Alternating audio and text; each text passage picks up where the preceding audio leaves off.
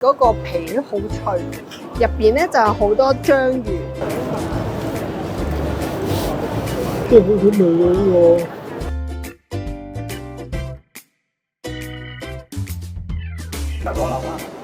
啱啱店主推介嘅呢一隻蜜糖芥末係最好味㗎，店主都話呢個咧係佢嘅王牌。嗰個皮都好脆，入邊咧就有好多章魚。中意芥末嘅朋友一定要試。真係好好味喎呢個。我哋試呢隻啦。我哋揀咗兩隻味，一隻咧明太子，佢嘅招牌味嚟嘅。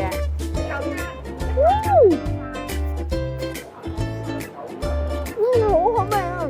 佢唔係好多粉啊，食到咧粒粒都係章魚，好正。